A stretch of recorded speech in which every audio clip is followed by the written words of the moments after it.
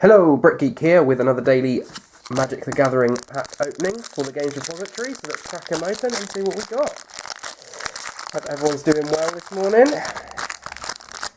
Right, what have we got here? Oh, we have got a birdie. 2/2 flying enchantment creature bird. That's pretty. We like that one. I like it when you get proper tokens.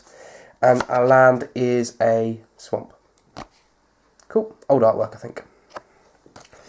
Let's have a look. Let's go through our commons. Satire Grove Dancer. When it enters the battlefield, put +1/+1 on target creature. That's lovely. It's a 2/2, can be a 2, or late game, you chuck it in and buff something else up. I like that card. That's very useful. It's kind of an earlier reprint of the Bond Beetle, but the Bond Beetle was a 0/0 with for a 1-drop, and you could +1 it. So it's nicer because it comes out as a 1/1, so it doesn't mean it dies straight away. Nature's Penelope. Strive, so that's your multicast extra cost. Choose any number of target creatures, put +1/+counter on each of them. That's lovely. As an instrument, as a 1-drop, I love that a lot. That is very, very useful. Return Reveler. Zombie. When it dies, each player puts top 3 cards of his or her library into the graveyard. 1/3 for a 2-drop. Yeah. Could be interesting if you're playing some kind of mill, but I haven't seen a lot of mill in these, so maybe in draft wouldn't be very useful. Ferris Band Thunderhoof. Heroic, when you cast it, spell targets Ferris Band Thunderhoof, put 2 +1/+1 counters on it. It's a 5-drop for a 3/4, but then you target it and it becomes a 5/6. Where's the bad in that? You target it again, it becomes a 7/8, you've just won the game. That is a very useful card. Eagle of the Watch, Flying Vigilance, 3-drop for a 2/1, 1 white.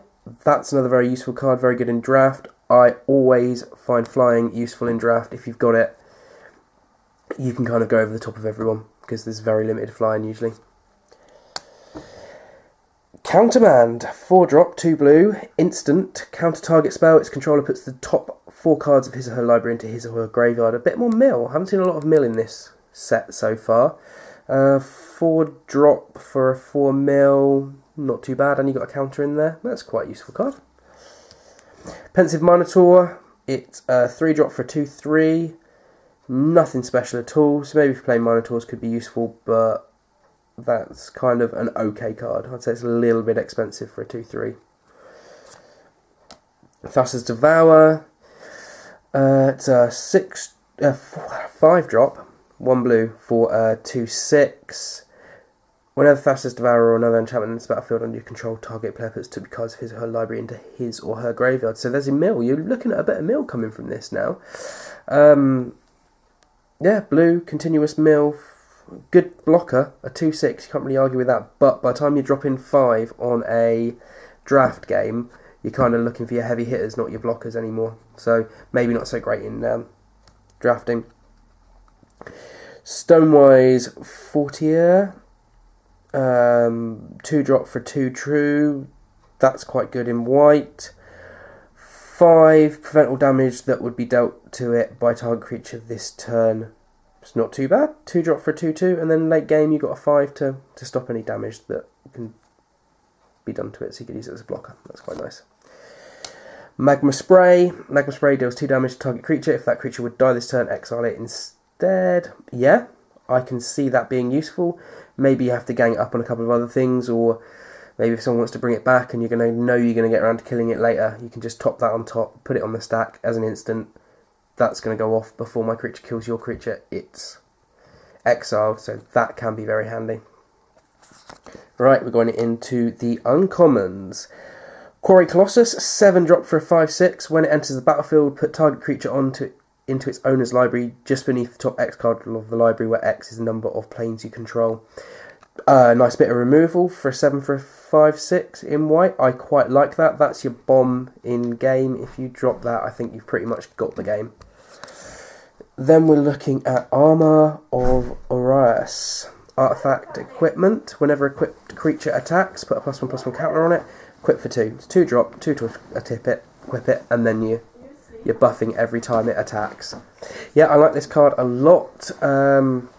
Yeah, buff every time it attacks. You can move it around. I like that card. Triton Cavalier, or Cavalry. 4-drop in blue for a 2/4 heroic. Whenever you cast a spell that targets it, you may return target enchantment to its owner's hand. That's quite handy. Yeah, especially if you're recasting enchantments as well. 4-drop for a 2/4, not too bad.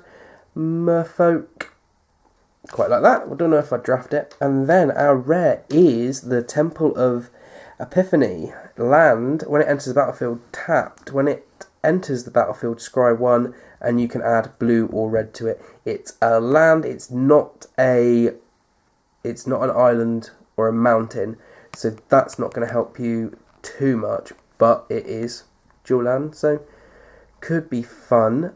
Draft wise, dual lands are always useful. The Quarry Colossus is useful. To be honest though, I think I'd go Eagle of the Watch. Common, I know, but 3-drop for a 2/1 with Flying and Vigilance. I think early game that's going to give you a lot of defense, and you can chip over the top at people. Alright guys, till next time, bye.